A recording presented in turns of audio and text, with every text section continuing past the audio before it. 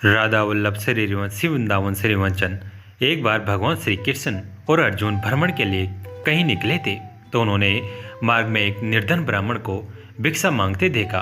तो अर्जुन को उस पर दया आ गई और उन्होंने उस ब्राह्मण को स्वर्ण मुद्राओं से भरी एक पोटली दे दी, जिसे पाकर ब्राह्मण प्रसन्नतापूर्वक अपने सुखद भविष्य का सुंदर सपन देखता हुआ घर की ओर लौट चला।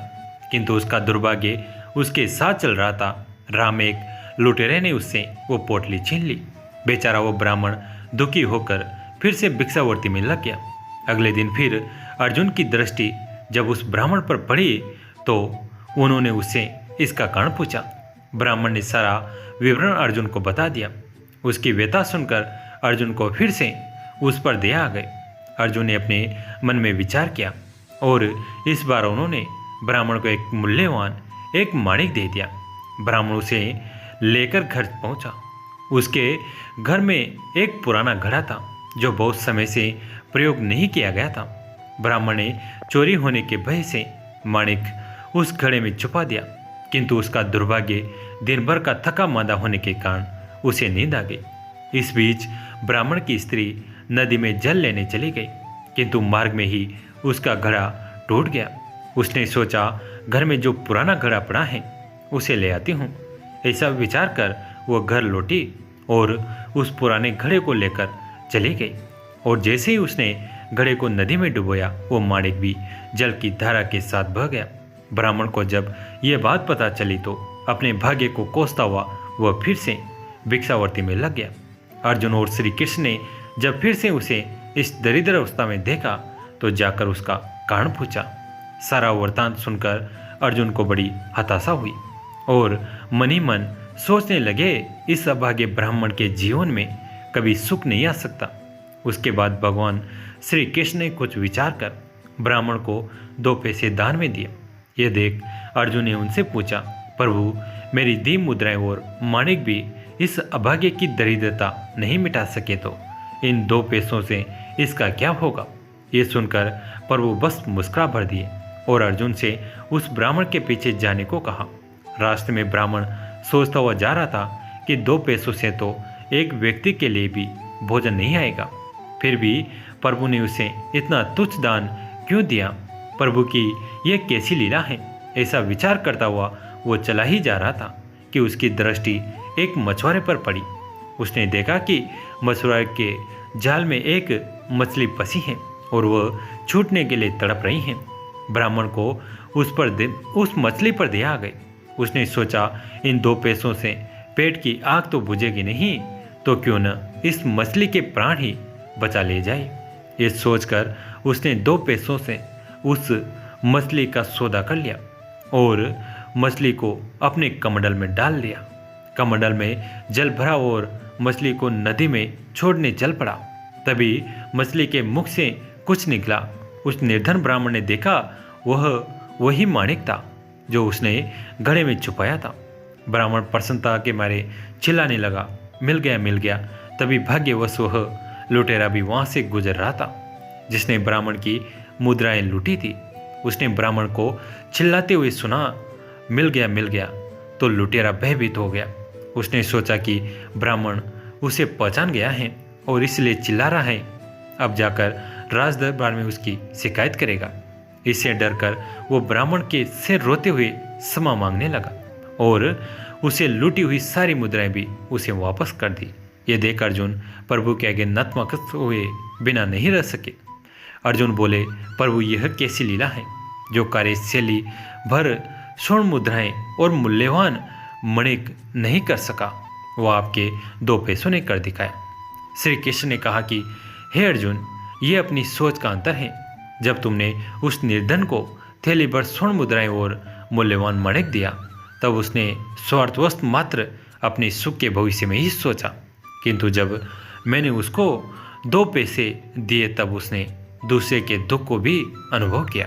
सत्य तो यह है कि जब आप दूसरों के दुख के विषय में सोचते हैं और जब आप दूसरे किसी जीव का भला कर रहे होते हैं, तब आप ईश्वर का कार्य कर रहे होते हैं और तब ईश्वर आपके साथ होते हैं, क्योंकि परहित से बड़ा कोई धर्म नहीं है। जय श्री कृष्ण। बात तब की है जब भगवान श्री राम का राज्याभिषेक हो रहा था। तब चारों दिशाओं के ऋषि श्री राम का अभिनंदन करने अयोध्या आए। उस अवसर पर प्रश्न उठा, क्या रावण सबसे शक्तिशाली था? तो महर्षि अगस्त्य ने कहा नहीं, और रावण ने सहस्त्रबाहु अर्जुन और वानराज बाली से करारी हार की कहानी सुनाई। फिर महर्षि अगस्त्य जी ने कहा, इन सब में सबसे शक्तिशाली था इंद्रजीत, और इंद्रजीत की कथा सुनाई। रावण, मेघनाद, बाली आदि दुष्टों की कथाएं सुन सुनकर श्री राम को कोप सी उठी, और जब अगस्त्य जी ने कहा कि अत्यधिक बलशाली बाली को भी आपने दग्ध कर डाला, तो श्री राम भावुक से हो गए और अपने परम प्रिय हनुमान जी का अतुलित शौर्य याद करके रोमांचित हो उठे। श्री राम को हनुमान जी की जगह अन्य लोगों के शौर्य का ये सौगान सुन एक ठीक सी उठी करुणानिधान भगवान रघुवर अगस्त्य से बोले, महर्षि, निस्संदेह बाली और रावण का बल अतुलनीय था, पर मेरा ऐसा मानना है कि इन दोनों का बल भी हनुमान जी के बल की बराबरी नहीं कर सकता। शूरता, दक्षता, बल, धैर्य, बुद्धिमत्ता, नीति, पराक्रम और प्रभाव, इन सद्गुणों ने हनुमान जी के भीतर घर कर रखा है। समुद्र को देखते ही वानर सेना घबरा उठी थी, पर यह महाबाहु हनुमान जी सेना को धैर्य बंधाकर एक ही छलांग में 100 योजन समुद्र लांग गए थे। फिर लंकनी को परास्त कर ये रावण के अंतपुर में घुस गए। अशोक वाटिका में जानकी जी से मिले और उन्हें भी धैर्य बंधाया।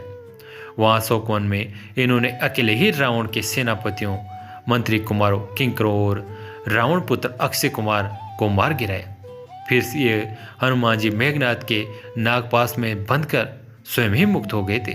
फिर रावण से भी इन्होंने वार्तालाप किया, पर जैसे प्रलय काल की आग ने ये सारी पृथ्वी जलाई थी, वैसे इन्होंने लंकापुरी को जलाकर भस्म कर दिया था। युद्ध में इन हनुमान जी ने के जो पराक्रम देखे गए हैं, ऐसे वीरतापूर्ण कर्म न तो काल ने किए हैं, न इंद्र ने, न वरुण ने, यहाँ तक कि भगवान विष्णु ने भी नहीं सुने जाते हैं।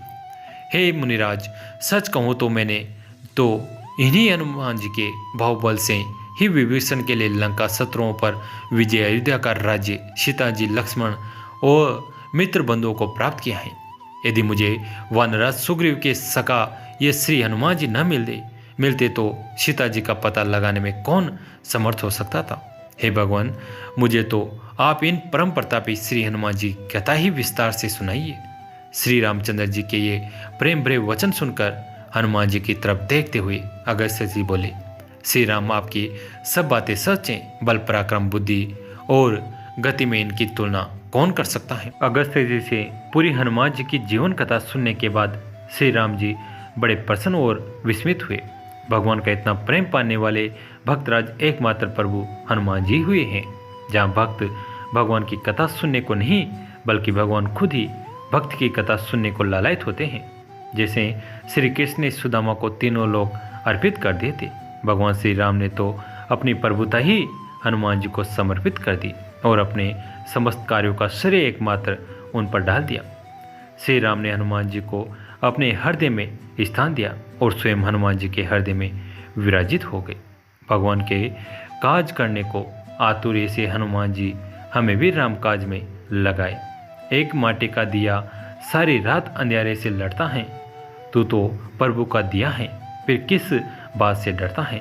हे मानव, तू उठ और सागर यानी प्रभु में विलीन होने के लिए पुरुषार्थ कर।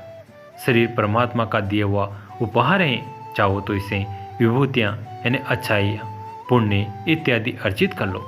चाहे घोरतम दुर्गति यानी बुराई और पाप इत्यादि परोपकारी बनो एवं प्रभु का सानिध्य प्राप्त करो। प्रभु हर जीव में चेतना रूप में विद्यमान है, अतः प्राणियों से प्रेम करो। कर्मपुर गांव में अनिकेत अपनी पत्नी सुधा के साथ रहता था। वो दूध बेचने का काम करता था। उसके पास 2 गायें थी। एक दिन अनिकेत दूध बेचने जा रहा था तो उसे किसी ने आवाज़ दी। अनिकेत ने मुड़कर देखा तो एक छोटा सा बच्चा उसे पुकार रहा था। अनिकेत, क्या है, क्यों बुला रहा है? मुझे माखन खाना है। अनिकेत, मेरे पास तो सिर्फ दूध है। बच्चा, ठीक है, मुझे दूध ही दे दो।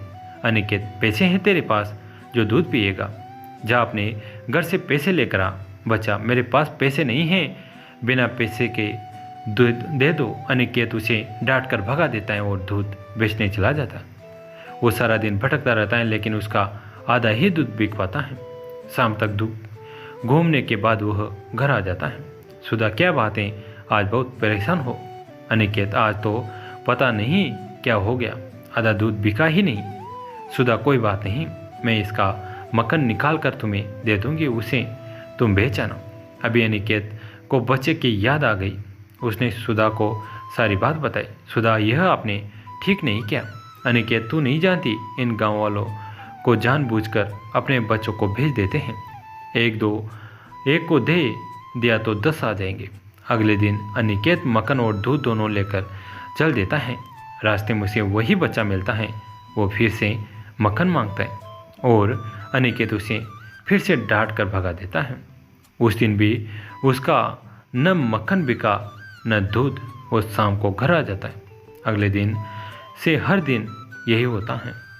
वह बच्चा अनिकेत को नहीं मिलता, लेकिन उसका दूध कोई नहीं खरीदता था। धीरे धीरे वे गरीब होने लगते हैं।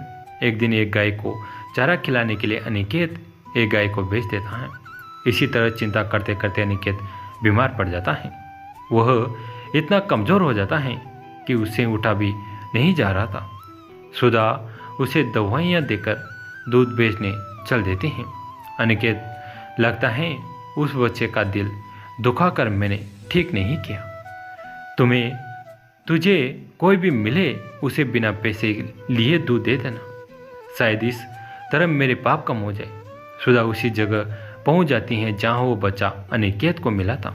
सुधा, मुफ्त में दूध ले लो, मुफ्त में मक्खन ले लो। पूरे दिन आवाज़ लगाने के बाद भी उसका दूध दही कोई नहीं लेता। वह थक हार कर एक पेड़ के नीचे बैठ जाती है। तभी उसे एक औरत जाती हुई दिखती है। सुधा, बहन, इस गांव में कोई भी हमसे दूध मक्खन नहीं लेता, क्या बात है, कुछ समझ में नहीं आ रहा। औरत, अरे तुम्हें नहीं पता, इस गांव में कुछ दिन पहले एक बालक आया था। वो सबसे दूध और मक्खन मांग रहा था। सबने उसे मक्खन खिलाया। जानती हो, जिस बर्तन में उसने मक्खन खाया वो बर्तन हमेशा दूध से भरा रहता है, इसलिए हमें दूध की ज़रूरत नहीं पड़ती। सुधा, बहन, वो बच्चा कहाँ है? औरत, अब तो पता नहीं कहाँ चला गया, लेकिन इस गांव पर उसकी ऐसी कृपा, सच कहूँ तो मुझे लगा कान्हा जी खुद आए थे मक्खन खाने। ये सुनकर सुधा रोती हुई घर आ जाती हैं। सुधा अनिकेत को सारी बात बताती हैं। अनिकेत ये सब सुनकर रोने लगते। अनिकेत, भगवान श्री कृष्ण स्वयं दर्शन देने आए और मैं उन्हें भोग भी न लगा सका। मेरा पाप अब मेरे मरने से भी नहीं कटेगा। अनिकेत और सुधा दोनों अन्न जल छोड़कर भगवान श्री कृष्ण का जाप करने लगते हैं। इस तरह कई दिन भी जाते हैं। अनिकेत, जो पहले से ही बीमार था, मरने की अवस्था में पहुंच जाता है। सुधा भी बहुत कमज़ोर हो जाती हैं। तभी रात के समय वही बच्चा उनके घर आ जाता है। बच्चा, मुझे माखन खाना है। उसकी आवाज़ सुनकर दोनों उठ जाते हैं और रोने लगते हैं। अनिकेत, भगवान, आज सच में मेरे पास माखन नहीं है, अब तो दूध भी नहीं है, मैं आपका भोग कैसे लगाऊंगा? सुधा रोकर उनके पैरों में गिर जाती हैं। बच्चा, झूठ बोलते हो। वो देखो, दोनों पीछे देखते हैं तो सोने के बर्तनों में दूध, दही और मक्खन के ढेर लगे होते हैं। दोनों बच्चे पैरों में गिर जाते हैं। भगवान श्री कृष्ण अपने असली रूप में आ जाते हैं। उनके चमत्कार से अनिकेत और सुधा बिल्कुल ठीक हो जाते हैं। कान्हा, यदि कोई तुमसे मदद मांगे तो उसकी मदद अवश्य करना। ये कहकर कान्हा जी अंतर्ध्यान हो गए। उसके बाद दोनों प्राणी भगवान की भक्ति करने लगते हैं। कैसी लगी आज की कथा? अगर अच्छी लगी तो अपने दोस्तों के साथ, फैमिली के साथ शेयर करें। कहानी अंत तक सुनने के लिए आप सभी का तहे दिल से धन्यवाद।